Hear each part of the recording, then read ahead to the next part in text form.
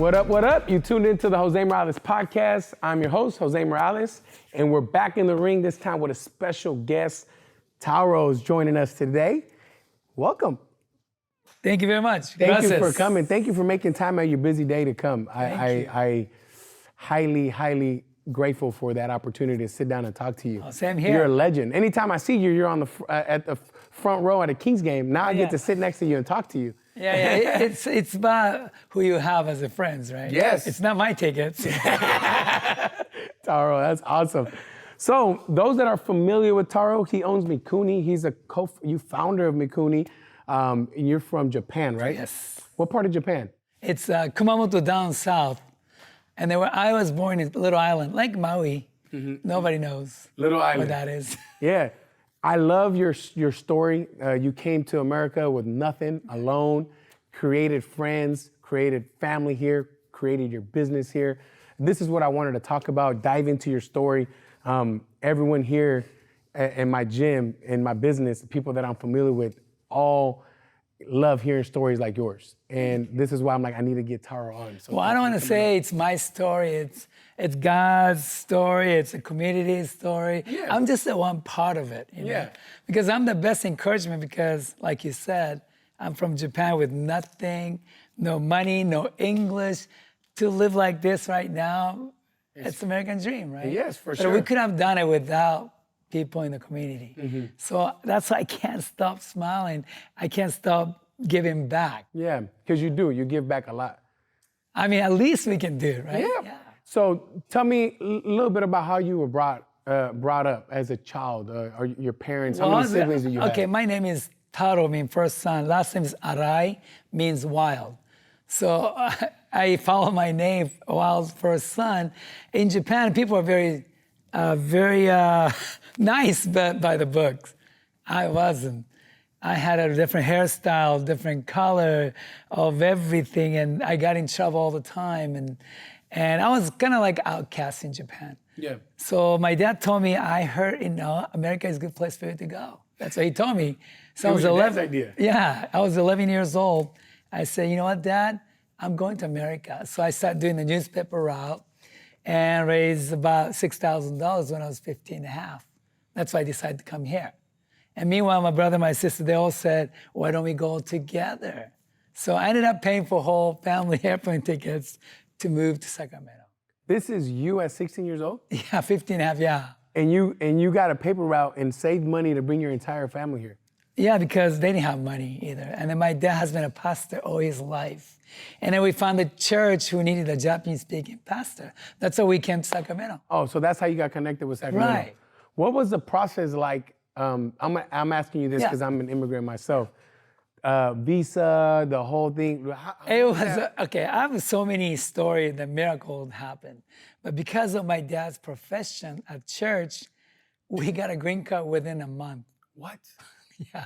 So I can't believe it. This is back in 85, but still, that's a miracle. yeah. The only problem was there are only 3 Issei, which is first generation Japanese members, just 3 members. And there were 88, 91, and 101. They're more than halfway to heaven, right? So they pay my dad $450 a month. That was his pay. And of course, that's hard to live, right? Yeah. So my brother and I did a newspaper route, collecting cans, collecting cardboards. We did everything we can. And my mom and my sister did housework. And that's how we tried to survive in the new country without English, without knowing anyone. Yeah. So it's 4 of you, a sister? 5. 5. My brother, my sister, and my mom. Yeah. Okay. And then when you arrived to America, what were you in school? Were you? So I didn't go to school for a while because I had to work. Yeah. But I told my dad, hey, I'm in high school. Yeah. I should go high school. Yeah, I should be in high school. Yeah. So I tried to find a high school that accept me as a ESL, English as a second language. So Hiram Johnson said, yeah, we'll take you. So I went there. And some guy, I don't even know who that guy is, but he said, just if you don't get it, just say no problem. I said, okay, no problem. Who's your favorite teacher? Oh, no problem. So that became my nickname. I got ditched on the homecoming dance. No problem. I just danced by myself. That's my high school years, So meanwhile, I like that. you know, when I was 17, my dad woke up one morning. He said, "Hey, I had a dream." I said, "What is it?" "We're opening a restaurant together." Out of blue. He just told me, he said, "Hey, where'd you get the money?" And then my dad never cooked in his life. What? And then he can't even use the microwave now. He doesn't know how to So do why a anything. restaurant? He just suddenly woke up and he said, "Hey, God gave me a vision, dream that we're opening a restaurant." And of course, I was skeptical. I was young, but he made us pray every day. And one time we're driving by the Roseville, by Kirby Way, by Oakmont High School. I saw a Japanese guy with his fanny pack. I have that too, like glasses, taking picture of the houses. I'm like, wow, I gotta help him out. So we stopped by. "How can I help you?" He said, "How do you know I'm Japanese?" "Well, we could smell you." I mean, it was so obvious. And we exchanged the phone number. And he went back to Japan. He called my dad. "What are you doing in America?" My dad said, "We're opening a restaurant together." And this guy said, "All right, I want to be part of your adventure. Give me a bank account number." And he sent us $300,000. That guy? Yeah. So What? my dad said, "Hey, now you believe in miracles?" I said, "I got no choice. I have no choice, right?" Total stranger to give us $300,000. That's how we got the money. Wow. And then That's crazy. my dad had no idea where to open either. He was a runner all his life. He boxed in high school, but he opened the map. He said, "Oh, there's a dam. I want to open by the dam because it's stupid dam out there in the Nimbus Dam." That's why he picked out the Fair Oaks location where no Asian people lived back then. No Folsom, no go. That's the worst area or location he can Pick. And of course, I was 17, but my dad said, "Hey, you do it." So they said, "Hey, this hood is $50,000. No problem. No problem. This lighting system is $15,000. I had no idea everything worth. I'm like, whoo! I just barely write check, and it kept writing check. And then within 6 months, bank called us. "Hey, you owe some money." I said, "Oh, I still have a checkbook." "Well, you kept writing bad checks. You have to pay $2,000 in fine," to realize I had no money in there. So after that, more we worked, more we lost money, and we didn't pay 6 months in rent, lease. They're about to kick us out. And we're the only sushi man in the whole world. Couldn't buy any fish because after 120 days without paying, everything was COD. They don't give us anything. And bank didn't work with us. So I told my dad one day, I love basketball. Went out, I broke my ankle, dislocated my middle finger. I had an ulcer because I had so much stress. I told my dad, "Hey, this is a sign. Maybe it was a nightmare, not a dream." Maybe it was a nightmare. "So can we go back to Japan middle of the night?" I begged him. He said, "You know what, son? I want you to keep digging." I said, "How deep we have to dig ourselves in?" But he said, "Hey, deeper the foundation, God can build something amazing upon." And he said two things. It's about who you know. I was not that smart anyway. He begged me to quit college. I said, there's no Asian parents ask the kids to quit college. Yeah. But it was the best choice I ever made. But he said, it's about who you know. So I started talking to every customer. They helped us out so much. And second thing he said was, do your best and let God do the rest. We built a sushi bar ourselves. I had a book called Sushi for Dummies. My sushi was horrible. But I said, you know what? I can do my best. How did you guys pick sushi? Like, where did that come from? Just because you're We're Japanese? Japanese. That's why? And my mom cooks home cooking dinner, you know. Takes about 3 days to make soup. It didn't work out at all. Yeah. How's the profits with that? Is it? Well, in the beginning, we didn't know how. So our food cost was more than 50. Labor cost, our family of 5. I mean, if we study, I mean, we're charging $3.75 for lunch and comes with a free salad bar. Yeah. We didn't know how to price it. We had no idea. Yeah, you were learning on the job. Well, I mean, I look back all this old menu, it was like, wow, what was my dad thinking? Yeah. I mean, he's the worst businessman you ever meet. That's why it's encouraging for others too, that we survived till now. Yeah. But meanwhile, yeah, when we had a second baby, my dad said, hey, I had a dream again. Oh, no. That's what I said. I said, no. No problem. I don't want to hear this. He said, well, I'm going to name your daughter Chio, which she just had a baby for me, but Chio means 1,000 sheep. I said, why? Dude, that's my daughter. My dad said, I had a dream of having 1,000 customers a day this morning. I said, we can't fit more than 30. That's not possible. But next door, yoga shop closed down, video store closed down, haircut closed down. We asked the donut shop to move to the other side. We started 1,000 customers. And in 99, Roseville, and 2003, 5, 6, 7, 8, 9, 11, 15, 16, we kept opening new stores.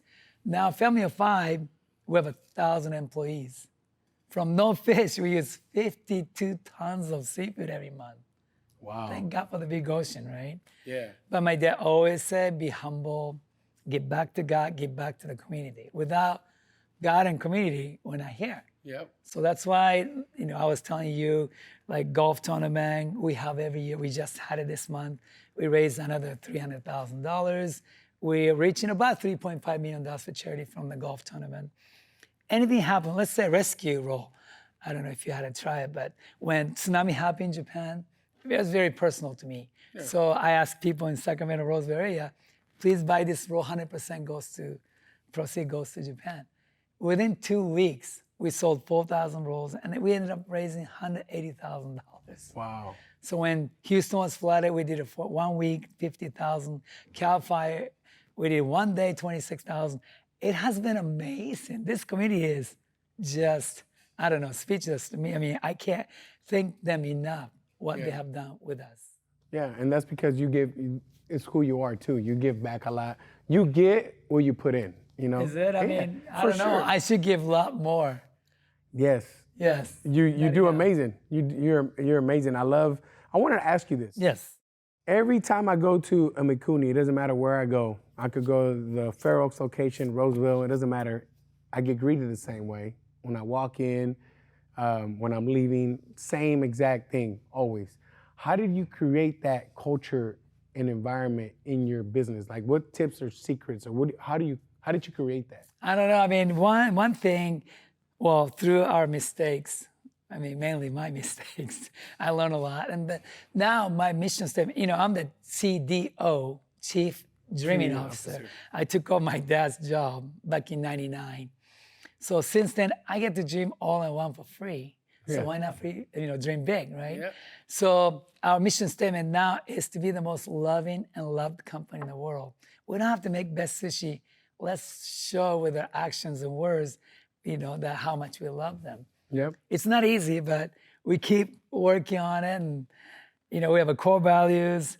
It's all new to us. We've been working on it now. Where did you learn this from? The mission statement and core values. Where do I learn from? Yeah, where did you get that idea of a mission statement and core values? Where did that come from? Back in 2008, we opened one in Denver, and everything was going so well. Yeah. And I started getting a little, overwhelmed with everything that's going on. And to make story short, everything fell apart. And 2011, we're down $11 million. And then our lawyer told us to bankrupt and everything all together. But I asked my dad, I'm sorry, I made a mistake. What should we do? And he said, hey, keep digging. I said, I don't think we can. He said, no, that's all we have. God started, God will finish it. Keep digging. That's how we start doing it. And then realize what's more important than building or money or fame, whatever. It's about, loving others, loving neighbors, teamwork. So that's when I say, let's go back to the root. That's my dad created. It's about, Mikuni means the kingdom of God. I want them to feel a little heaven in Mikuni. Yes. So let's share our love each other. So Miku United, that's my new slogan. United me one, right? So under God, one human race. Yeah. Why not we love each other and help each other? Yeah. So we made a shirt and then sold it for Paradise Fire, raised $75,000 too. So yeah, that's when I said, wow, we should love each other. Yeah. This is more important than anything else. And that's where the mission statement came from. Yeah.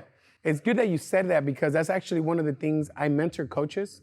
So people that own boxing gyms throughout everywhere, and I mentor them. And the first thing I have them put together for their business is a mission statement and core values. And exactly, you made a great point where you said we got to go back to what's worked for us in the past, and it's who we are as a business, loving and spreading love, and that's how you get everyone to buy in. I wanted to ask you this: what do you look for in a potential employee when you're going to hire somebody to be a part of your company? What do you look for in them? I mean, since we're short all the time, we'll take anybody right now. Anybody, whoever shows because up. we can train them, you know? Yeah. I mean, sometimes you don't know. I mean, restaurant business is really hard. Yes. So it's not for everybody. So we would give most of the people a chance and see if they can survive. Yeah. What do you think it's the hardest part about an employee, like training them? What is it? Like boxing, you have to keep going at it, yeah. How do you take when someone leaves and maybe opens their own sushi restaurant? Yeah, so we have 39 chefs open their own already. Wow. And every time they open, they'll take, of course, 4 or 5 or 6 chefs with them. And for me, I don't see as a losing them. I'm launching them. I wish them luck. And then I just, do your thing. And because I have faith in God and everything will work out anyway. Yeah. So I don't worry about it too much. Yeah. I wish them the best. Wish them the best and keep going. Yeah, because there's a lot of people that can see that happening where they get stuck in maybe anger. Yeah, so you definitely spreading the love. Doesn't matter. Keep it going. I was going to ask you, but I think I answered my question already after hearing your story. Because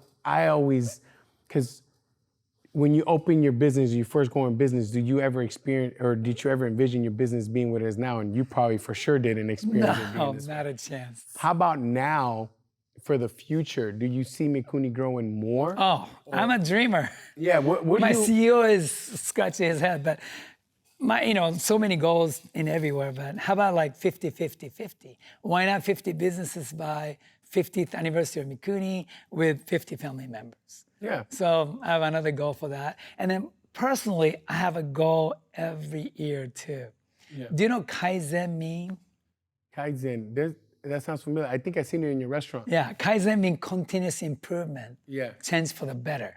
So every year I quit something. This year is alcohol. It has been hard because I host so many parties, but I have to quit something to make sure I'm not a slave of anything. And then goal-wise, like I had, I took my boys to trip. I told them, this is what you have to do to Kaizen yourself in every way. On the way back, I said, I want to be a better father too. Do you have any suggestions? And they start writing a book, right? Oh, they gave you a list of things. Oh my God, like, yes, I know exactly yes. what you can do. So I said, give me one. And then he said, well, one of my younger sons said, how about, follow your own advice?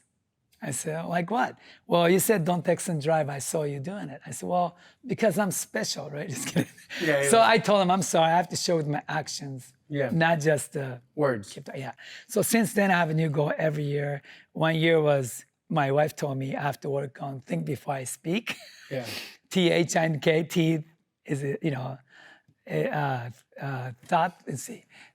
What was it? THINK. I worked on it all year. Like, is it true? Is it helpful? Is it inspiring? And is it necessary? That's a hard one for me. K, is it kind? If not, don't say it. Yeah. So whole year I was becoming a mute. And then the following year I told her, I got better now, but why don't you talk? And she said, well, you never listen. So all year my goal was to be a better listener. I learned how to listen so I can listen to learn, right? Yeah. And then last year was be a humble servant. So I told my wife, how can I show my love to you? She said, well, can you pick up the dog poop every morning? That's what I do for every morning. Every week I go street and clean, and every month I make an encouragement video for my team. So every year I have a new goal now. Yeah. So I'm not gonna stop dreaming. I mean, I have so many. And these goals are these annual? So like the drinking annual. One. After the years, then you go back to drinking? Oh yeah. Oh, okay. I didn't know it was that forever. Unless there's a sign from God that you shouldn't drink ever again. Yeah. But yeah, so I just want to do one every year, just a new goal. You know what I love about that is that no matter where you're at, as far as success and as far as you're always looking to grow. You have to. Yeah, and I think that's something that you get caught up, including myself, that you get to a certain point and you kind of feel like there's no need to grow when there's so much, always, no matter how close to perfect you think you may be, that you can always grow. That's huge, man. Congrats. Also, I wanted to tell you, didn't you just celebrate anniversary? 30, which one? My wedding? Yeah, your wedding. Wedding 30 years. 30 yes. years, right? Yeah. So what's the secret to a healthy marriage? I want to know your tips. I don't know. You should ask her. She's a very patient woman to start with. I mean, she has to put up with me. Yeah. But yeah, I was just, see, every morning I send a devotion to my kids for the last 11 years. And then because I want to communicate with them. In a text? A text, yeah. Yeah. And then my friends say, can you send it to me so I can send it to my kid? Now I send it about 50 people every morning right now. What? For the last 11 years, every morning. So yesterday I talked about why I never argue with my wife. I never fought once with my wife. Really? Yeah, so I was listening why. I can share with you. Share it. Let's hear it. Well, I gotta check. Yeah, get it. Let's go. I want to hear this one. This one's good. I think we can all learn from this one because I know a lot of husbands out there, including myself. We have a hard time with this one. Never argue because she's very patient and she has to. Two, I can't find any reason to argue even I try. So I did try. I said, what can I argue about? I couldn't find anything. And then three, she's right most of the times anyway. And it wasn't worth it to even argue. Number four, I'd rather be peaceful and share every moment with her than being right. So I don't really care about being right, you know. I don't know. I don't care about, I don't know. I mean, I don't know if that answered your question. No, it did. And you do these every morning? Every morning, yeah. That's awesome. And then I think one thing my wife told me was, when I got married, I'm all over. And then that my sister and my mom was asking her, how do you put up with your husband, which is me? I was behind the stairs. I said, ooh, I wanted to hear this. She said, oh, it's easy. Just lower your expectation. I said, what? Is it a compliment or not? But she's so smart. You know, if you have too high of expectation, you'll be disappointed, right? Yeah. So I told my kids too, hey, I don't have much expectation. This is what I would like you to do. It's all up to you. And then whatever they did, they all graduated from college, which I couldn't. They all have, I mean, amazing faith in God. I mean, it's more than I ever expected. Yeah. So I just. And these are all things you instilled in them. These are all things you taught them. I don't know. Yeah, for sure. That your dad brought back to you. You know, keep digging. Yeah. No problem. That's awesome. I love it. I want to ask you another restaurant question. What do you look for? Oh no, what makes a good sushi chef? Like what's somebody like, oh yeah, that's a good sushi chef? Well, some people think it's all about skills. We have some skilled chefs. Yeah. But for me, at the bar, you have to be able to communicate with the customer what they want. We be able to serve it too. Yeah. And also for me, to be a head chef, you have to have a leadership. That's so important to me. It's just not like, you know, just hitting the head of the chef, you're not doing right. I want them to be a leader people are looking up to. Yeah. So for me, true all-around sushi chefs should be able to communicate, show the leadership, and skills. And skills. I've talked to people, it's like an art. Yeah. You're putting an art together. What is the most difficult role to make at Mikuni? So we have 160 chefs, right? Mm-hmm. Do you know nigiri is? Rice and just fish on the top? Oh, yeah. That's the simplest. That's why it's the hardest. Oh, really? I would never guess that would be. I'll say maybe about 10 chefs out of 160 chefs can make how I like it. Oh, really? Yeah. How do you like it? Because you have to, when you make it, you don't just form the rice. You have to have a perfect firmness to it, perfect size. On every fish, it's a little different too. And then you make an air pocket on the rice. So when you eat it, it falls apart nicely. And two have to become one flesh, like has to be one unit. Yeah. And then when you eat it, you can tell it's too hard, too soft. I mean, it's amazing skill because you have to do millions of times same move to get the right pressure on the rice. Wow. I mean, that's why I don't know if you saw the Netflix Jiro Dream of Sushi. I haven't He's watched been it. doing since like 8 or 9 till about 90, whatever, 80 years old. He's still trying to make perfect nigiri. So it's never ending. Kaizen, right? Yep. Always improving. Yeah. Which was your favorite roll? Yours. Depends on the mood. If I feel like Mexican, I just have a ceviche roll. Yeah. If I feel like Italian, I just have a mozzarella cheese and torch it with the basil. So it depends on the mood. Okay. Yeah. I'm gonna share this with you. Yeah. I growing up never gave sushi a try, and I was scared of it, and I just said I didn't like it. That's normal. And because of that, I always just said I don't like sushi. And I went for lunch. It was a business meeting for lunch one day, and the person that I was meeting wanted to go to Mikuni, and I didn't want to be like, no. You know, I was like, all right, let's go. So I went to Mikuni, first time ever going to a sushi place. Actually, no, second time. The first place I went to, I didn't like it. And I was just there, and what I did is I asked the chef, I said, I'm not a big fan of sushi. Make me something that's gonna make me fall in love with sushi, and is gonna make me wanna come back. And he was like, no problem. No problem. Maybe you taught him. But he said, no problem, I got you. He made the Benjamin roll. Benjamin.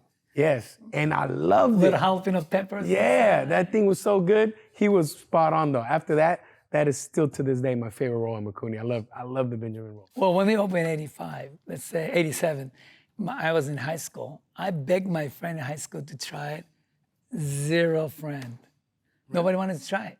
Why? So back then, nobody ate sushi. Yeah, so And then the people came in, what's this? Oh, sushi bar. Ugh, I hate it. What do you like? Hot dog. No problem. I go to the liquor store, get a hot dog, made a hot dog roll, and serve with the ketchup and mustard. One guy said, I like hamburger. I just made a hamburger with miso in it. I call it miso happy burger roll. So that's how I kept making new rolls for every customer, how they wanted it. I like that. We had about 300 rolls back then. Wow. How do you Create? Yeah, that's Customer crazy. told me, like Marilyn, she said, I like scallop, crab, and shrimp. Okay, let's call it Marilyn Monroe. So DMC roll too. I said, DeMarcus, what do you like? Lobster. Okay, how about this? How about that? We just kept creating new rolls, right? So like about 10 years ago, Oakmont High School, I ended up graduating from there. They called me, hey, can you talk to our sushi club? I said, what? I couldn't make even one person, my friend, eat sushi. Now you're gonna call me to talk to them? So I went there and 70 kids with Mikuni shirt on. I cried. I said, wow, world has changed. Yeah. You did that. It's Congratulations. crazy. You did that. No, but I go to that junior vegan. high school to talk about sushi, talk about business. Yeah. So, like McDonald's, you got to start young, right? It's for the future. For sure. When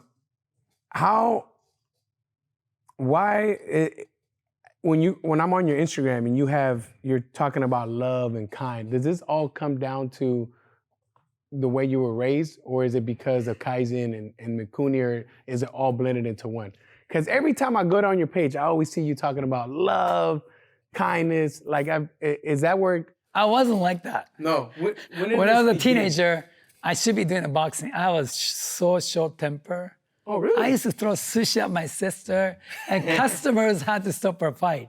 Really? Because I was ready to punch somebody. I was always upset. I can't picture you being I that can't either now. Yeah, you're too happy. Yeah, my dad said that's not how it works. You gotta learn how to be happy. So I tried so many ways to make myself happy. I mean, if somebody cut me off on the freeway now, I'll say, hey, thank you for not hitting me. I'm gonna pray for you. I'm so Opposite. But meanwhile, one lady from the Facebook said, hey, I had a dream about you. I said, well, I'm married. She said, no, I gotta tell you this. I said, okay, come to my parents' house. So she did. And she said, you have to be the most joyous man. I said, what's the difference between, happy and joy, right? Mm-hmm. I guess I don't have to choose to be happy anymore. I asked God, just give me joy from within. Since then, more I share like this, God fills me up even more with joy.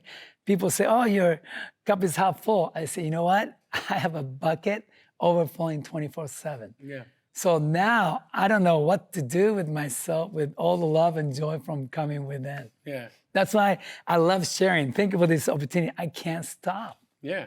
As soon as I wake up in the morning, I'm ready to go. You're ready. Yeah. I could tell. You're very happy. It's contagious to see.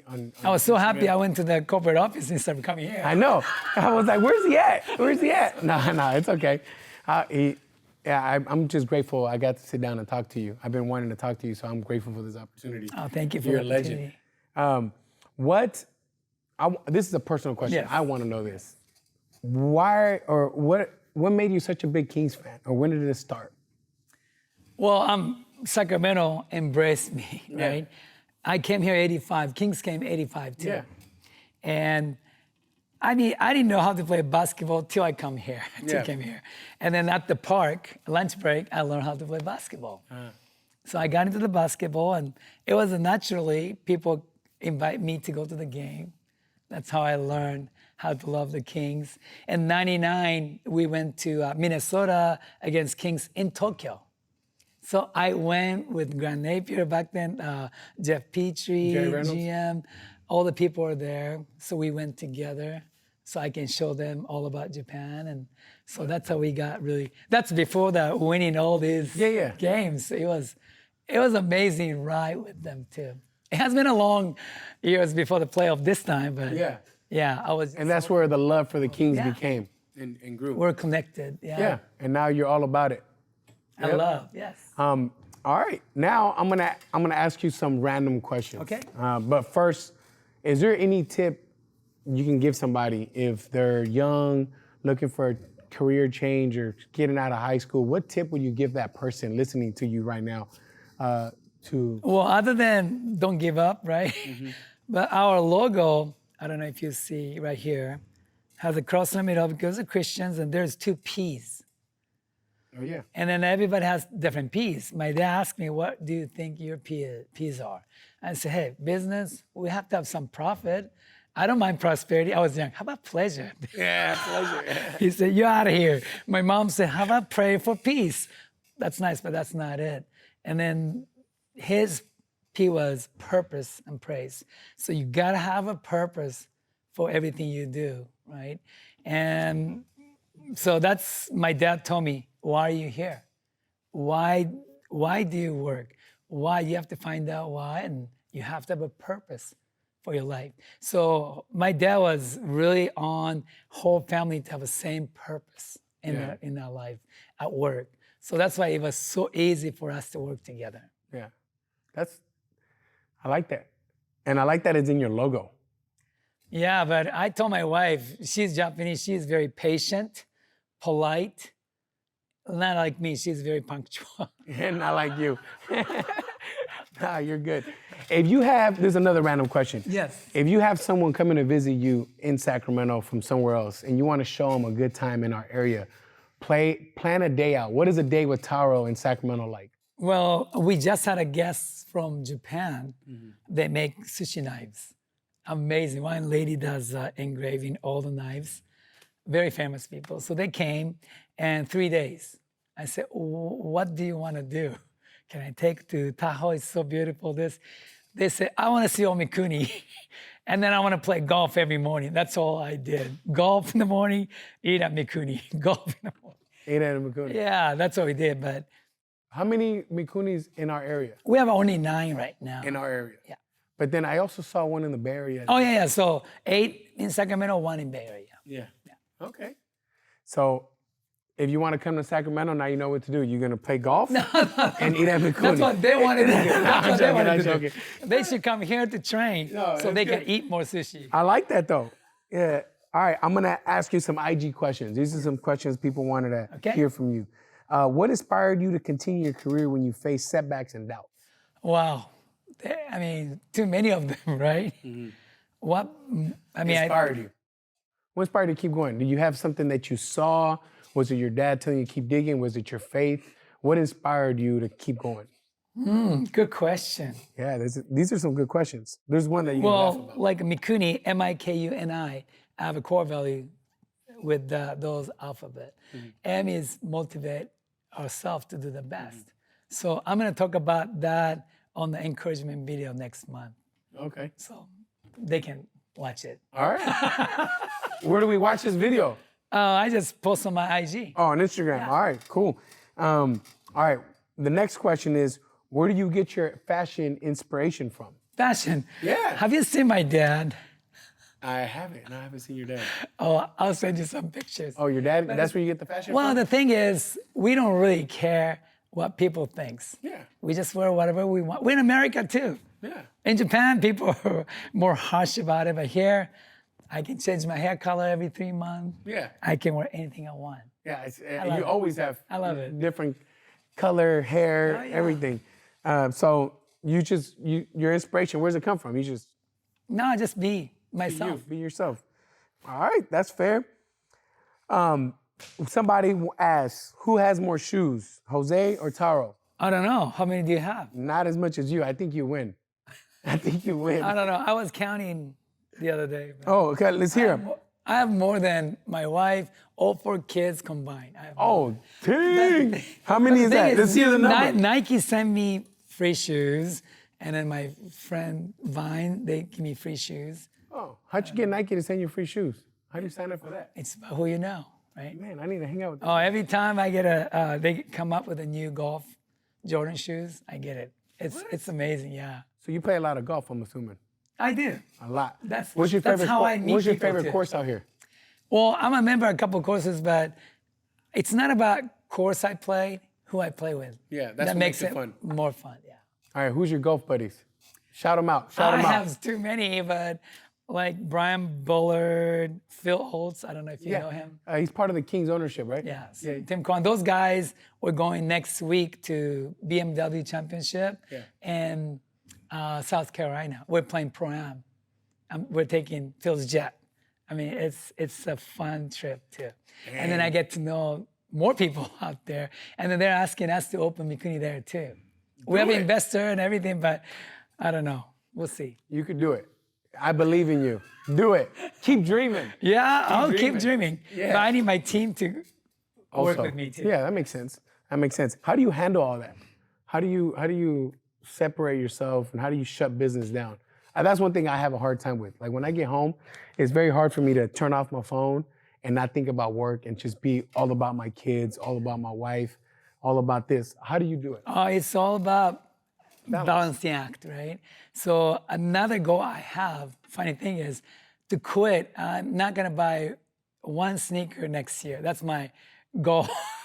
Next year, no sneak. You're not gonna buy no shoes. Nothing. But I want to make sure I'm not. Well, Nike can give them to I'll you. get a free one. Yeah, but you're not buying them. I'm not buying any. And yeah, I mean, I don't know. Next year goal, you said Yeah. about. What? No idea? Who comes up with these goals? I just pray and ask God to give me some. Yeah. Yeah. So What's your- next year, well, this year goal is right now is be a cheerful giver while living. So I negotiate with my wife that we're gonna give 5% more donation for next 5 years. Yeah. And also I want to donate my time and skill. So I donate a lot of charity event dinner for like 20, and they sell for, let's say, $5,000. Everything goes to a charity. That's what I'm doing Oh, that's good. this year. And then next year, I already have a goal, but not finished yet. Yeah. I'm excited. So before year ends, I already have something to look forward to for the following to year. improve myself in Yeah. every way. Yeah. Awesome. We're gonna throw in there one of these days boxing class. Well, I have to keep under 190. I have a physical goals too. Yeah. See, Like 3 years ago, I wanted to do a half marathon 3 times. I did it. 3 times. Oh, it was not for me. It's so boring. But if I set the goal, I have to do it. You'll do it. Yeah. Yeah. Awesome. How can people stay in touch with you? What's your Instagram? Tell them your Instagram. or- Mikuni Taro. Yep, on Instagram. Anything else? Twitter, Facebook? Yeah, or- we have Twitter. I have 4 Facebook pages because they Everything- only give you 5,000 friends, right? Oh, really? Yeah. So everything's the same, Mikuni Taro. No, I mean, 4 Facebook pages has all different names. Oh, okay. And then LinkedIn. Yeah, and the one you use the most, is it Instagram or is it? I just randomly use it. Oh, too. okay, sounds good. Yeah, but my goal, another goal I have is not to go over 12 hours a On day the in phone. screen time. Yeah. Yeah. So that's my goal this year too. Yeah. It can be easy. You can get stuck there very easily. Easily. Yeah. Is there anything you want to add or anything you want to say to the people listening before we No, end the I just want to podcast? thank, of course, God and thank our community. Mm-hmm.